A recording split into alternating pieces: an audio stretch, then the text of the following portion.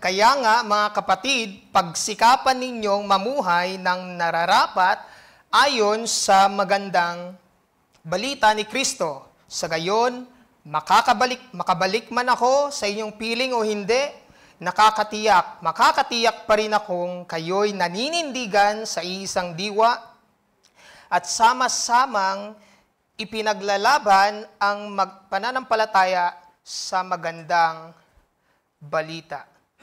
So the title of our sermon, brothers and sisters, is Together as One. If you would like to add, Together as One for the Gospel. Together as One is the single mindset of the Apostle Paul and towards his message to the Philippian congregation. So the key word there is unity in our particular passage. So how does Paul introduce that word or idea to us in chapter 1? Paul mentioned that because of our union with Christ, we became part of God's family. Yung language ni Apostle Paul ay talagang pamilya ang consider niya sa Philippians. I have you in my mind. I have you in my heart. I have you in my prayer. More of that of a familial relationship. And so we became part again because God united us to Christ. We became adopted sons and daughters according to verses 1 to 11 of chapter 1. And then also Paul introduced to us that because of our union with Christ, we become God's servant. How did God use Paul to introduce that to us? We became God's servant for the furtherance of His kingdom. Ano po bang sinabi ni Paul from verses 12 to 26? Hindi po ba ang sinabi niya na siya ay natutuwa pag merong pinoproklama? Iba-iba yung motivation nyo? So what? Christ is being proclaimed. So we can see there that he put God first in the furtherance of the gospel. Itong ginawa ni Pablo, he put God first. Pwede ba na siya'y mamatay doon sa Rome? At ganun nga nangyari. At yun din ang probably ang in-expect niya by the time that he's writing this. So, fine. Yun po yung thinking niya. Christ will be honored in my body by life or by death. So he put Christ first. Sino pong second? Others. He put others second. Ano po yung sinabi niya sa mga kapatid? Ako, sigurado akong makakapunta ako dyan by the help of God and by your prayers for your progress and joy in the faith, so that in me you may have ample cause to glory in Christ. Pangatlo, how did Paul further God's kingdom or the gospel? He put himself last. Last po. Contradiction po yan sa idea ng world na to further God's kingdom ay unahin mo ang sarili mo. Kailan mahalin mo sarili mo para maipadamo mo na mahal mo yung maramdaman nila na mahal ka rin nila. Hindi po. But rather, Paul himself, he put himself on the last. So, as soldiers of Christ, here in our passage, Paul would introduce to us that because of our union with Christ, we become God's soldiers or soldiers of Christ. We became a team to stand and fight for the faith of the gospel. And that's the idea from verses 27 to 30 naman po. So, ang idea, soldiers So that means we have battles to fight. Ano ho? The book of Ephesians would call it spiritual warfare in Ephesians chapter 6, verse 12. Sino po ba kalaban natin? Satan is out there. Even penetrates inside the church to destroy and to defeat the body of Christ or the church of Christ, to divide the church of Christ. Therefore, as soldiers for Christ, we must be ready to face him. We must be ready to face this common enemy of ours with a single mindset, together as one, fight the good fight of faith. So Paul's main idea here, Paul highlights the genuine marks of living as gospel-shaped citizens of Christ, as gospel-driven lives for Christ himself, as citizens of Christ. So how do we know that you are living as gospel-shaped citizens of Christ? Dalawang bagay, meron pong pangatlo, pero next Sunday na po iyon. As a church, you stand firm in one spirit. So makikita natin yan sa ating slide. Pangalawa, as a church, you strive side by side for the faith of the gospel. If we're not doing this together in unity, as a church, we're not living worthy of Christ. So the attitude, the tone of the Apostle Paul here is more of that of application and more of a command. Sa ibang translation, conduct yourselves. Yan po yung idea doon sa mga Griego na sinasabi upang ikaw, conduct yourselves according to the law. Or for example, ganito ka mag-behave according to the law dapat. Now, what is the law here? If you relate that, the gospel, behave on what you believe in the gospel and what the gospel declares. That's how you conduct yourselves. But before that, again, let us understand why do we need to live like this and what is our greatest motivation behind this command. Let's go to verse 27a.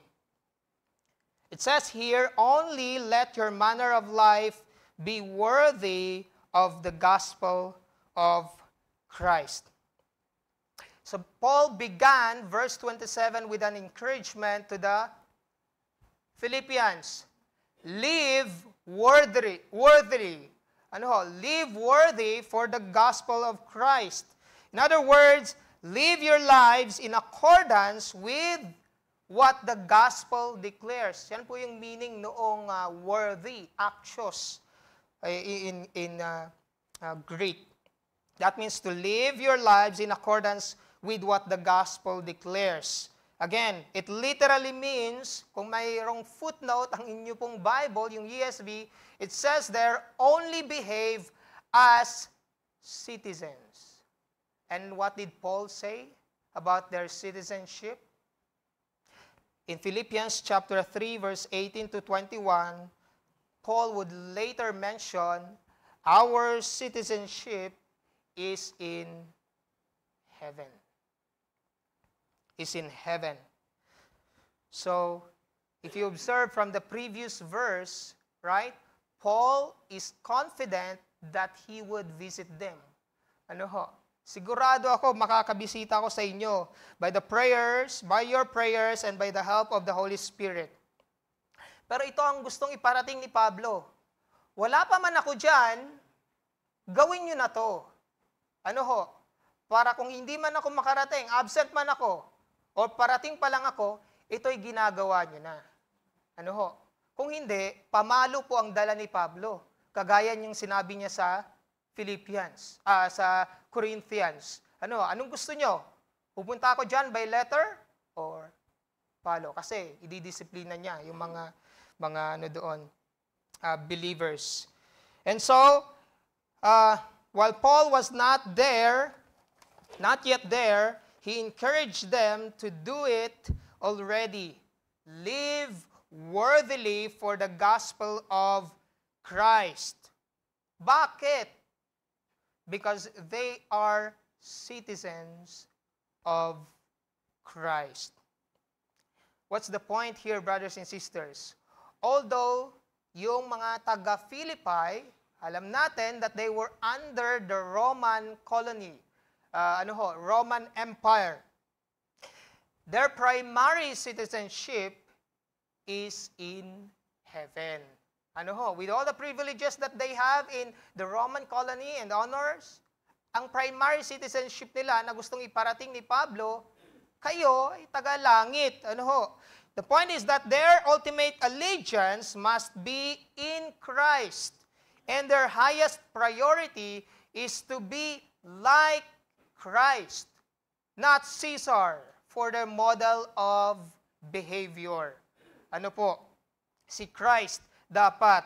So this identity is the same for all the Christians. Brothers and sisters, your allegiance must be in Christ, and your ultimate goal is to be Christ-like in character, and together living as gospel-shaped, gospel-driven citizens of Christ.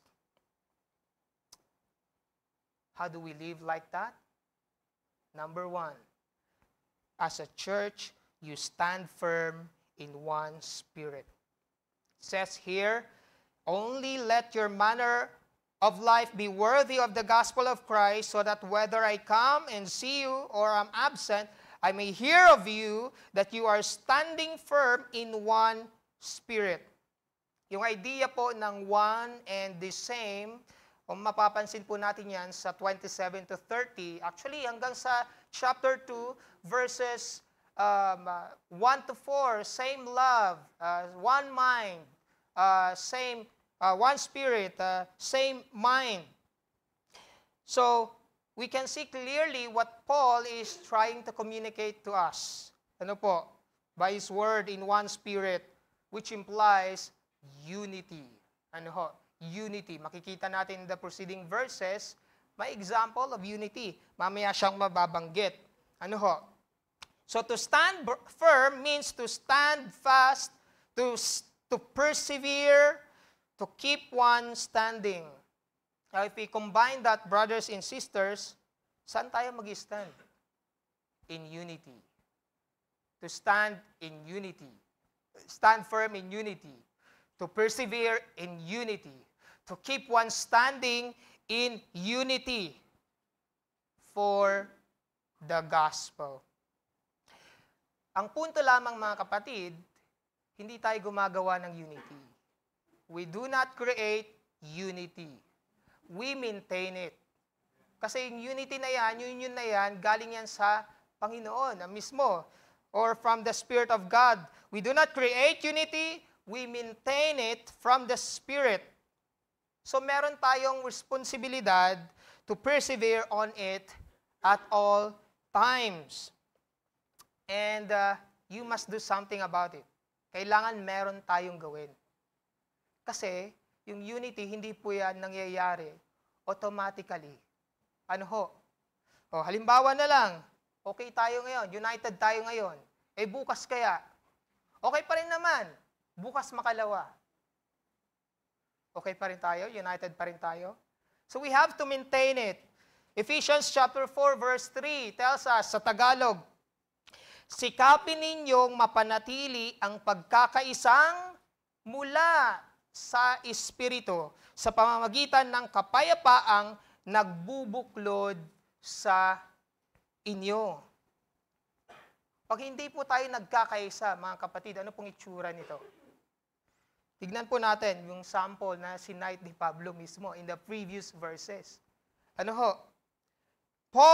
Remember Paul's imprisonment motivated others with the right motive to preach. Yung iba nagpipreach dahil nakulong si Pablo, alam nila na ito ay for the Christ, kaya siya nakulong. sila naging bold pa sa pangangalap ng magandang balita. Out of love. Pero ito nasasaktan si Pablo. Kapag yung iba merong bad motives, merong ibang character na nagpipreach out of jealousy, out of envy, out of rivalry. Pero si Pablo naman ay natutuwa when Christ is being proclaimed. So anong problema doon? Walang problema sa gospel. Ang problema, kayo. Sabi niya sa mga taga-Philippians, the issue is not the gospel in verses 15 to 18.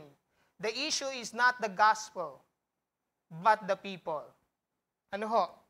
According to Paul, you are the problem. You are not single-minded. Iba-iba kayo ng motivations eh. Iba-iba kayo ng character eh. You are not one in character. You have different motivation in proclaiming the gospel. In short, you are not standing in one spirit as a church. As a church. Now, this is a word of caution for the elders and deacons. In verse 1 of Philippians. Ano ho? Because they are the primary promoter of unity.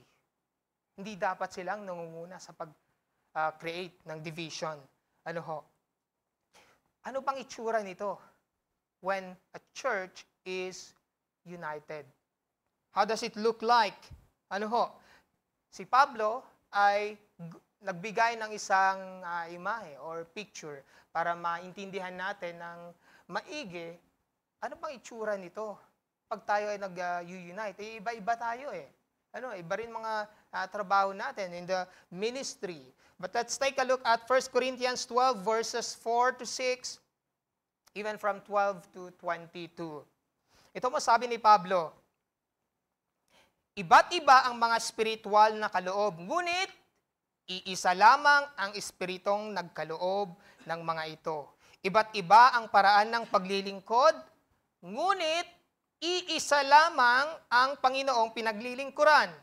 Iba't iba ang mga gawain, ngunit iisa lamang ang Diyos na kumikilos sa mga taong gumagawa ng mga iyon.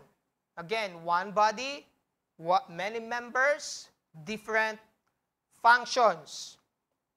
Let's go to verse 12. Sabi dito, si Kristo'y tulad ng isang katawan na may maraming bahagi. Kahit na binubuo ng iba't ibang bahagi, ito ay nananatiling isang katawan. Maging Hudyo o Hintil, alipin man o malaya, tayong lahat ay binautismuhan sa pamamagitan ng iisang Espiritu upang maging isang katawan. Tayong lahat ay pinainom sa iisang Espiritu. And verse 14, ang katawan ay binubuo ng maraming bahagi at hindi ng iisang bahagi lamang. Kung sasabihin ng paa, hindi ako kamay, kaya't hindi ako bahagi ng katawan. Hindi na nga ba ito bahagi ng katawan?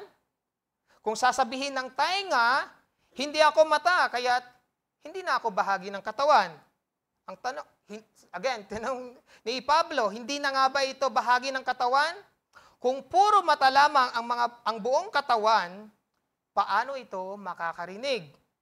Kung puro tainga lamang ang buong katawan, paano ito makakaamoy? Subalit, sino pong naglagay nito? Subalit, inilagay ng Diyos ang bawat bahagi ng katawan ayon sa kanyang kalooban. Kung ang lahat ng bahagi ay pare-pareho, hindi yan maituturing na katawan. Ngunit, ang totoo ay marami ang mga bahagi, ngunit iisa lamang ang katawan. Verse 21, let's jump there. Hindi rin naman masasabi ng mata sa kamay, hindi kita kailangan.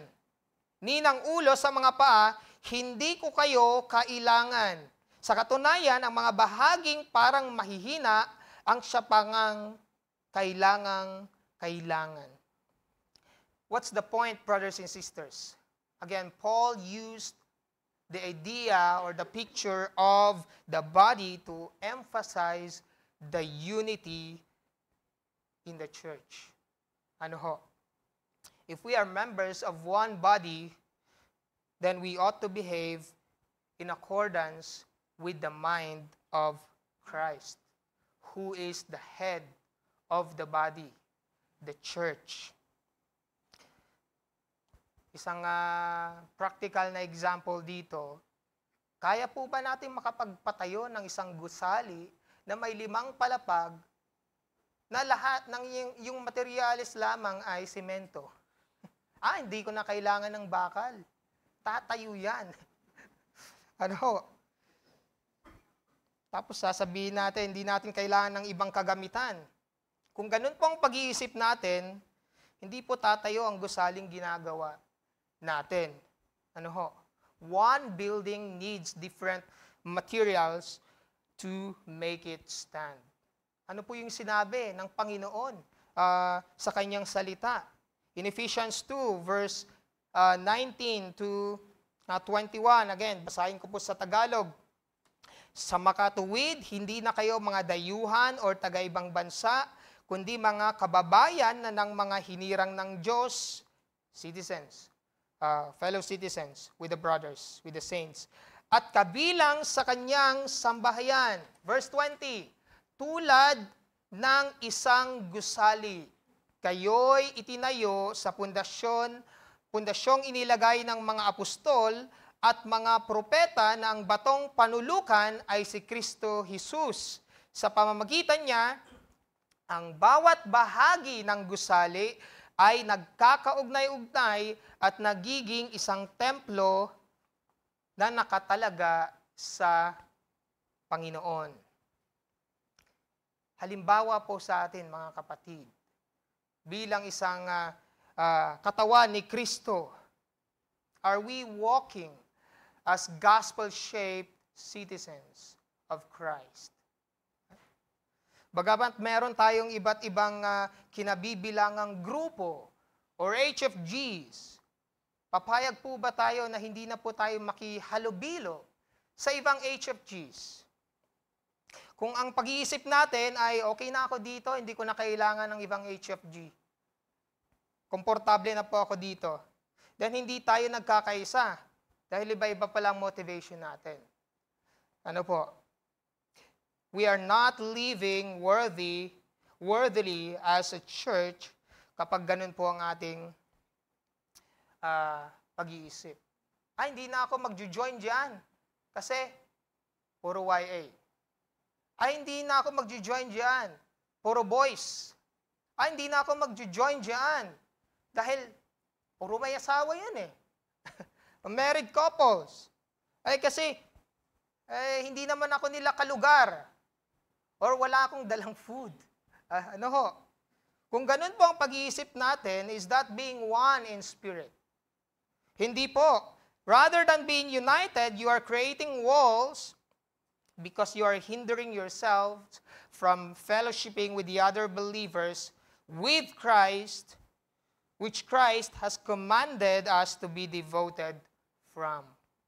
If this is our attitude, then according to the Word of God, you are not walking worthy of Christ as a church. Ano po? Very encouraging. A while ago, I hear some of the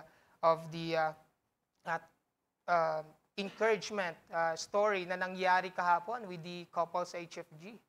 Na umabot sila hanggang alas 10 ng gabi. Hindi nila namamalayan because ito, different ang lalayo, different age, pero hindi nila namalayan, naging comfortable na pala sila doon sa being with the other believers. Kapag share ng mga burdens, ay nakapag-pray sa bawat isa. So that's the kind of unity that we need. Ano po? Again, isang halimbawa ng maling pag-iisip. Iba-iba tayo ng gifts. Iba-iba tayo ng ministry. Ako sa music, ikaw sa outreach, sila sa CMT, sila sa preaching, sila sa prayer, o kung saan ka naka-assign, hindi ko na kailangan yung iba. Wala na dapat tayong pakialamanan. If that is your attitude, brothers and sisters, does that promote unity? In one spirit po ba tayo? In one character po ba tayo? Hindi. We are not walking worthy of God as a church. Ano po? Yes, iba't iba ang ating ministry, but you and I also needs the gift of encouragement na sinasabi ni Pablo sa Romans 12. Let us use them. Encouragement from the other members and ministers to build up one another in the body of Christ. So hindi po natin sasabihin na hindi natin kailangan ang isa't isa. Kailangan po natin. Bakit? Miyembro tayo ng isang katawan, ng isang pamilya. Isang katawan, isa lang din ang pag-iisip natin dapat, at yun ay ang mamuhay ng ayon sa magandang balita. Again, pero gracious pa rin ang Panginoon kasi lahat ng bagay na to ay nako-correct through the Word of God. Para united pa rin tayo in one spirit. Ngayon? Sunday na lang ako. I don't have to attend prayer meeting. I don't have to attend the IBS. Hindi ko na kailangan yon kasi nagpipray naman kami sa bahay. May family devotion naman kami. That is not the substitute for family, for corporate worship, even for corporate prayer. Ng ating midweek service. Take a look at the biblical example in the first century, in Acts chapter 4, verse 32. Ano pong sinabi diyan? Nagkaisa ang damdamin. Nagkaisa ang damdamin at isipan ng lahat ng mananampalataya at di tinuturing ninuman na sarili niya ang kanyang mga ari-arian kundi para sa lahat. Tayo, isa po ba yung ating damdamin? Isa rin po ba ang atin pong pag-iisip? Are we in one spirit for the gospel? Are you doing something to maintain the unity of the Spirit? Halimbawa, pagpasok natin sa church, okay naman yung attitude ko, masaya naman ako. Paano pag nag-shuffle tayo ng mga upuan? At iba na ngayon ang katabi mo. Masaya ka pa rin po ba? Pag nag-shuffle tayo ng mga HFGs, kakausapin mo ba yung mga miyembro ng ibang HFG? Ito mga kapatid, gaano po natin kakilala ang bawat miyembro ng iglesia? What are we doing in order to know them? Kung may bagong visitors or bagong members, kakausapin mo kaya siya para makipag-fellowship? Gaano natin sila kakilala? O baka naman hanggang hi, hello, see you, goodbye. Hanggang doon na lang po yung atin pong pagkakakilanlan sa atin pong mga kapatid. Baka hindi natin alam, meron ng pinagdadaanan. Kailangan niya ng ating encouragement.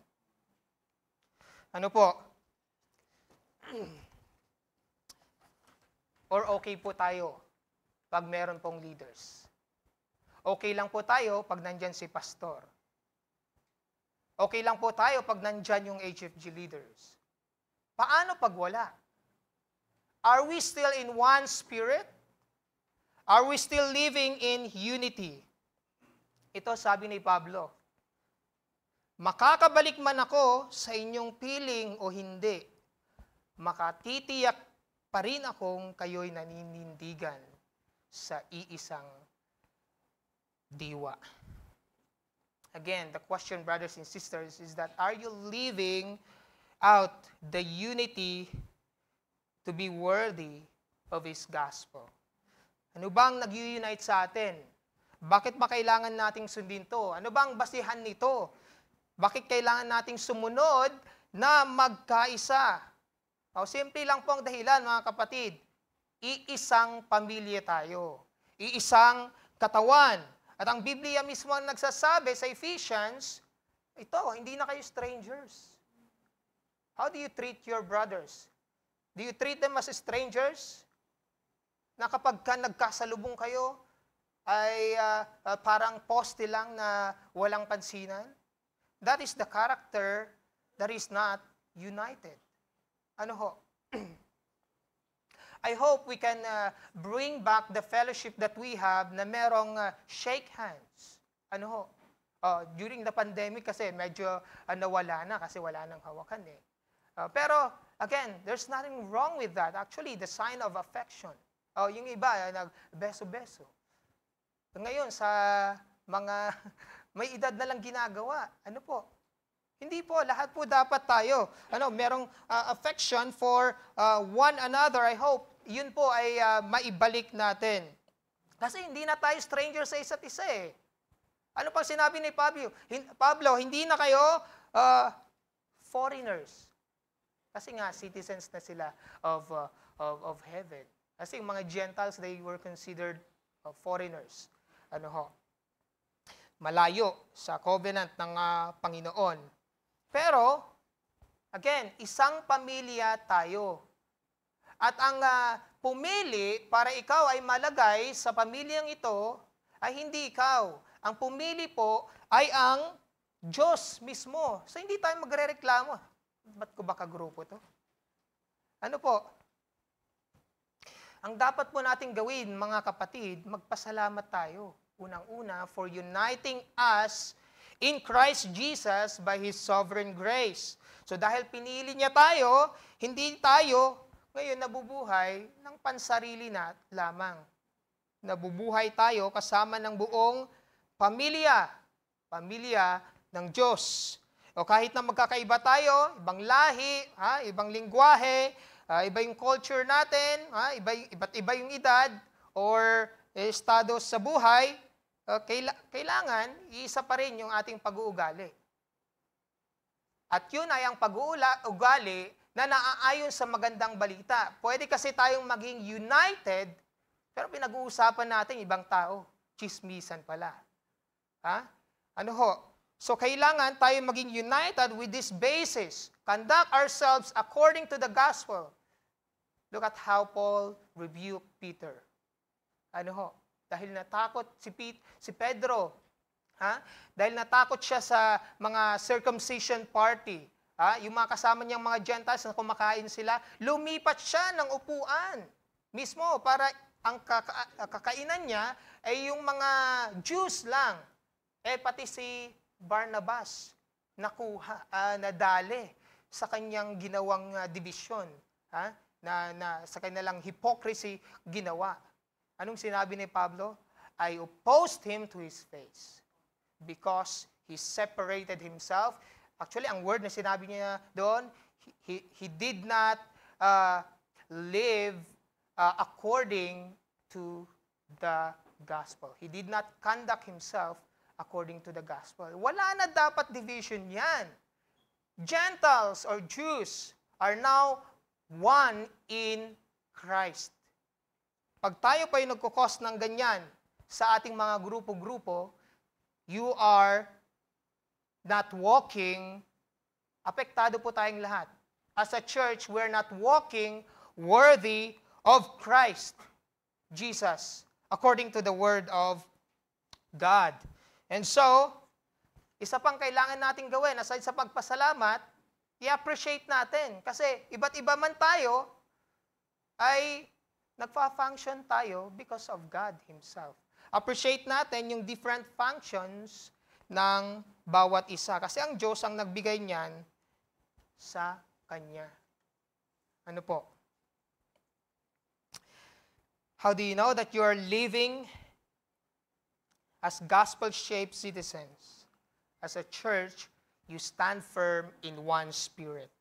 Pangalawa, as a church, you strive side by side for the faith of the gospel. Ano po yung sinabi dito? With one mind, striving side by side for the faith of the gospel. So unang punto, sinabi ni Pablo, dapat isa lang kayo ng attitude towards the gospel. In accordance with the gospel. Walang hypocrisy, walang divisions. Next, Paul would introduce to us about companionship. As a soldiers of Christ, the Philippian congregation must work together as a team and not independently. They must strive side by side, not on the opposite side or opponent's side, because they are not enemies. Ano po? So striving side by side means laboring side by side for the faith of the gospel, or to strive at the same time with another for the gospel. Ito po ang encouragement dito, mga kapatid. You are not standing alone. You are not fighting alone. May team po tayo. Ha? May pamilya po tayo. May pamilya tayo. Meron din po tayong team of soldiers for Christ. Isa po tayong batalyon. The point of Paul is that they must not go to each other, against each other, but help one another. To live as gospel citizen, gospel-shaped citizen of heaven, they must be united as ministers for the gospel. Now, this seems to be the issue that Paul is trying to address. Again, the gospel is not the issue. The problem is you. Halimbawa, ng disagreement ito, sa Philippians chapter 4, in verses 1 to 3, ano po yung sinabi niya dyan? Kaya nga mga kapatid kong minamahal at pinananabikan, aking kagalakan at karangalan sa ganitong paraan ay magpakatatag kayo. Stand fast, stand firm kayo sa inyong pamumuhay na nakaugnay sa Panginoon. O bakit kailangan nating mag-unite? Kasi yung buhay natin, hindi nakaugnay sa pansarili lamang, kundi sa Panginoon. Itong pakiusap niya, nakikiusap ako kina Judea at Syntyche na sila'y magkasundo.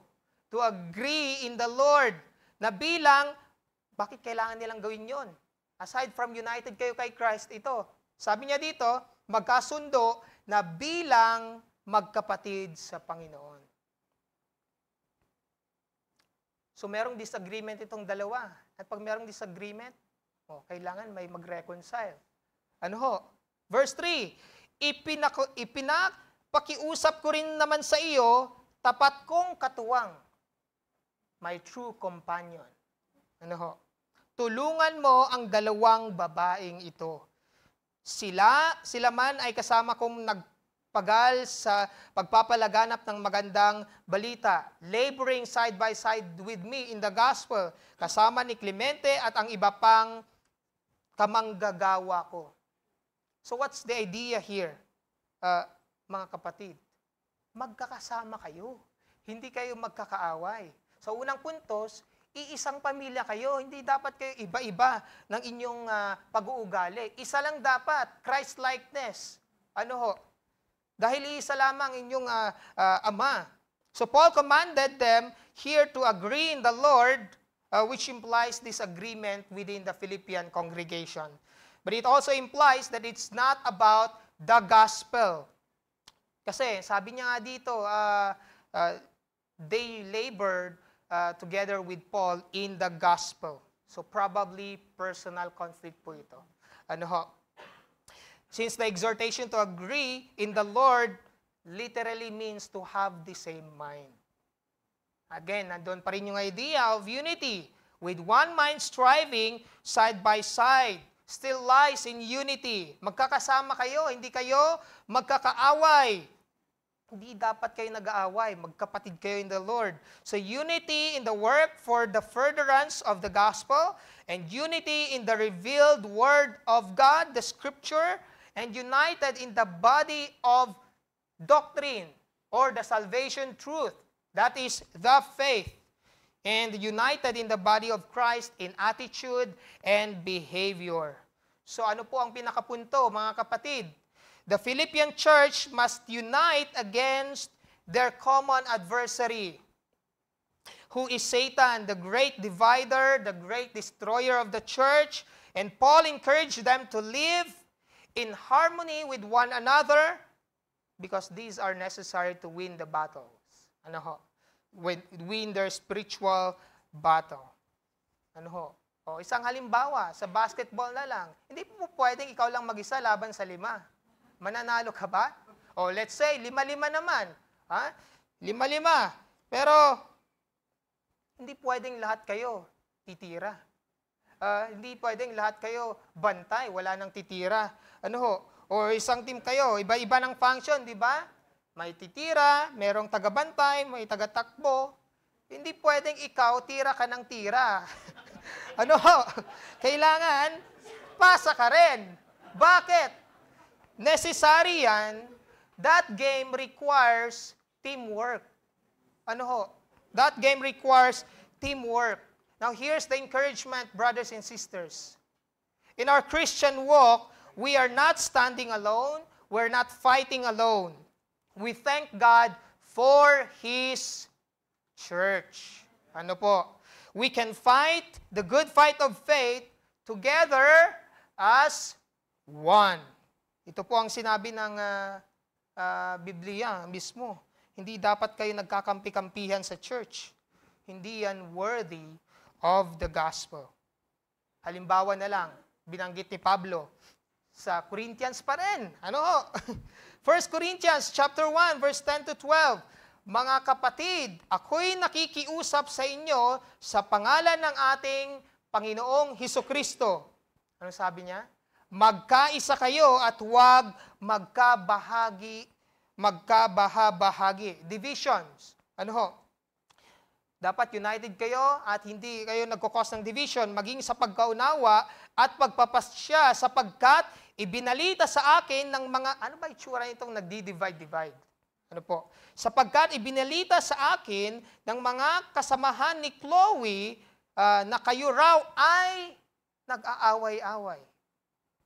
Ano po? Ito ang tinutukoy ko. May nagsasabing, ano pang pag-aaway-away nila? May nagsasabi doon sa taga-Corinthian, sa congregation, ako, kay Pablo ako. May nagsasabi namang, ako kay Apolos. May iba ring nagsasabi, kay Pedro ako. O, iba-iba kayo ng grupo. At may iba namang nagsasabi, ito, mukhang mas malakas, ako kay Kristo.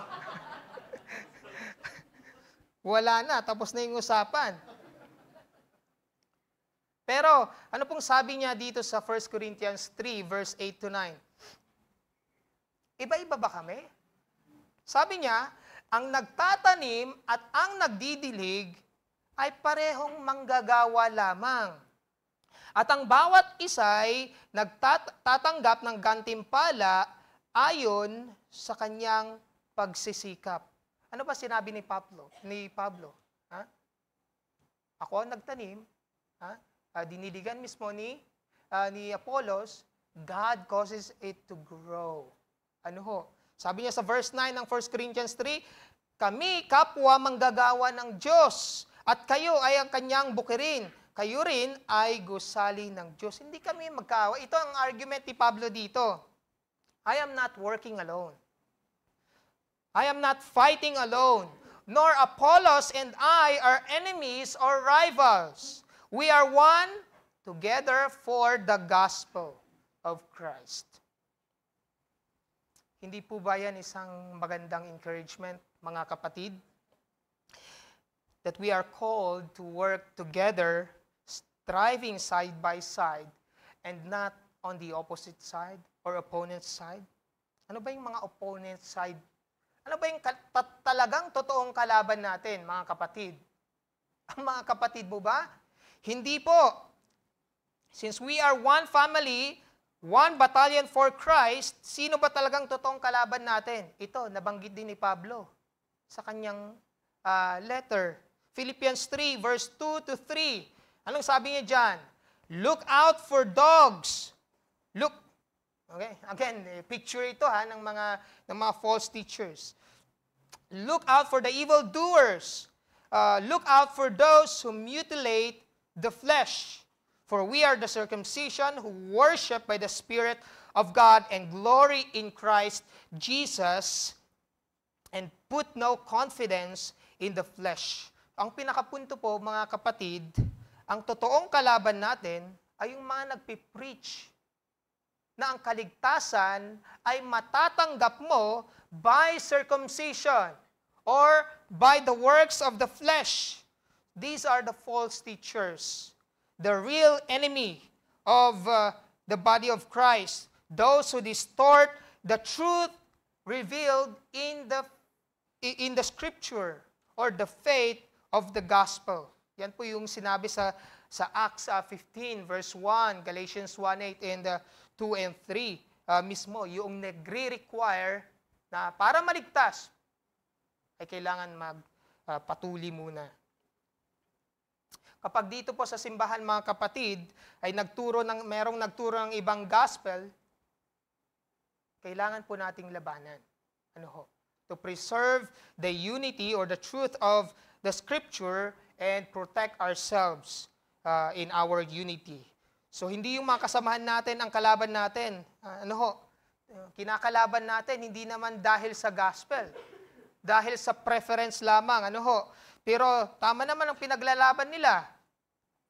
Again, take a pause. Are these essentials? If it is for the gospel, then it is essential. We need to agree with that. Hindi po tayo magkakalaban dito. So hindi lang tayo magkakapatid, ang punto ni Pablo, hindi lang tayo magkakapatid sa Panginoon na may iisang pag-iisip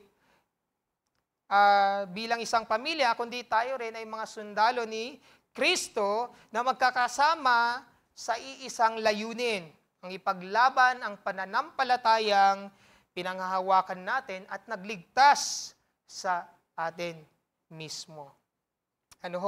Again, Paul's example here, si Epaphroditus. Anong sinabi niyo dyan? Dito rin sa Philippians, letter to the Philippi. So, sa Philippians 2:3, ano ba sinabi niya? Ito, si Epaphroditus, fellow soldier ito. Fighting alongside with me. Ano sabi niya? Who risked his life to serve him. Paul also mentioned the women, Euodia and Syntyche, who labored with him side by side. In Philippians 4:15. At wag na tayong lalayo, mga taga-Philippians. Nabanggit niya po yan sa 2 Corinthians. Paul thanked God for the Philippians who supported him, who partnered with him in the gospel and revived their concern for the Apostle Paul. Again, remember that Paul says about the Philippians, they gave themselves first to God and then by the will of God to us. Is this really necessary, brothers and sisters? Sa other translation, yung strive side by side, contending together. Is contending for the faith necessary? Hindi ba pwedeng si pastor na lang? Parang nakakapagod naman yan, dami mong kaaway. Ito po ang sabi ng kapatid ng ating Panginoon, si Judas. Ano po ang sabi niya? Mga minamahal, ang nais ko sanang isulat sa inyo'y ang tungkol sa kaligtasang tinatamasa nating lahat. Ngunit nakita kong ang kailangang isulat sa inyo'y isang panawagan na inyong ipaglaban ang pananampalatayang ipinagkaloob minsan at magpakailanman sa mga banal. Sapagkat lihim na nakapasok sa inyong samahan ang ilang taong ayaw kumilala sa Diyos. Merong false teachers na nag-creep inside the church. Binabaluktot nila ang mga aral tungkol sa kagandahang loob ng Diyos upang mabigyang katwiran ang kanilang kahalayan. Ayaw nilang kilalanin si Jesucristo, ang ating kaisa-isang pinuno at Panginoon. Noon pa mang una, sinabi na lang kasulatan ang parusang nakalaan sa kanila. Now, we'll talk more about that in the the next Sunday that we have. Destruction of those who persecute the Christians and those who does not know God. Let's move to verse 17. Sabi niya, mga minamahal, alalahanin ninyo ang mga sinabi ng mga apostol ng ating Panginoong Jesucristo. Noon pa'y sinabi na nila sa inyo, sa huling panahon, may lilitaw na mga taong mapanlait at sumusunod sa masasamang pagnanasa ng laman. Ito ang mga taong lumilikha ng pagkabahabahagi, nagkukos ng divisions, mga makamundo at wala sa kanila ang Espiritu ng Diyos. Ngunit, stand firm. Sabi ni Judas, magpakatatag kayo, mga minamahal, sa inyong kabanal-banalang pananampalataya. Ano ho? Manalangin kayo sa tulong ng Espiritu Santo. Manatili kayo sa pag-ibig ng Diyos habang naghihintay kayo sa ating Panginoong Jesucristo na nagkaloob sa inyo ng buhay na walang hanggan dahil sa kanyang habag sa atin. What's the point, brothers and sisters? Is it necessary to contend for the faith? Yes, it is necessary to contend for the faith because it's a command. Ano po? A mission to fulfill, a task given to the body of Christ. And we need this to preserve the body of doctrine, the faith na sinasabi ni Pablo dito sa Philippians 1:27, the faith of the gospel, the truth about salvation and protection to ourselves, those who are in the faith. So kailangan po siya. Ano ho? Ako po ay magtatapos rito. Pero gusto kong sabihin, ipaalam, i-remind sa atin mga kapatid na magpasalamat tayo sa Panginoon dahil siya ang pumili sa atin para maging united tayo kay Christ. For apart from God's sovereign election, we would still remain strangers and aliens, hindi ka citizens, because of our sin. Ngayon, if you are not yet united in Christ, then you are aliens. You are foreigners. Hindi ka parte ng pamilya. But Christ took our sin and paid it in full by His death on the cross so that you will receive eternal life and not eternal death in hell. And that by putting your faith in Christ and committing your life for Him, you became fellow citizens with all the Christians in the world, according to Ephesians 2:19. And so therefore, live as gospel-shaped citizens of Christ. Tignan natin kung ano po yung sinabi ni Dr. R.C. Sproul in his book, The Essential Truths of the Christian Faith. Sabi niya, the church is one. Though fragmented by denominations, the elect are united by one Lord, one faith, one baptism. Just as a human body is organized to function in unity by the co-working and co-dependence of many parts, so the church as a body displays unity and diversity. Though ruled by one head, Christ, the body has many members, each gifted and endowed by God to contribute to the work of the whole body. Meron po tayong kailangang gawin, mga kapatid. Ito ang sabi ni Pablo kay Timothy. Timoteo, sabi niya, 1 Timothy 6 verse 12, ipaglaban mo ng mabuti ang pananampalataya. Panghawakan mo ang buhay na walang hanggan. Dahil diyan katinawag ng Diyos. Nang ipahayag mo sa harap ng maraming saksi ang iyong pananalig kay Kristo. Mamaya, meron po tayong ma-witness ng pagpapahayag ng kanilang pananampalataya.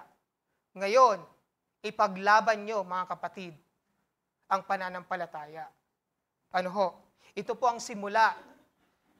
Dahil si Pablo ganoon. Nung malapit na siyang mamatay, ano pong sinabi niya?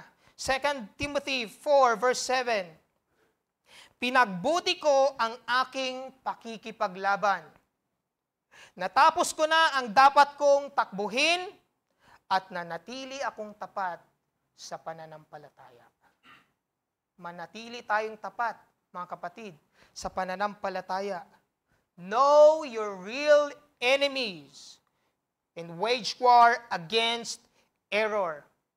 Know your real companions and fight together for the truth. As a church, we are not standing alone. It is our duty to be united as gospel-shaped citizens of Christ, to stand firm in one spirit and to strive together for the faith of the gospel. This is CBCM, the life worth living. Tayo po'y manalangin. Dakilang Diyos, salamat po sa inyong habag na kami po'y unite nyo sa amin pong Panginoon na si Jesucristo. Maraming salamat po. Bagamat kami po'y magkakaiba-iba ng lahi, iba-iba ng gawain sa inyo pong hardin, kami po ay inutusan yung magkaisa. Hindi magkaaway, kundi magkasama, hindi iba-iba ng pag-iisip, but rather to have the mind of Christ.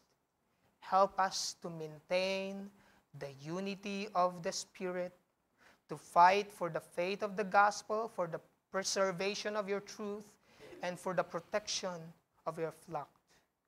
This I pray in Jesus' mighty name. We pray. Amen. Amen.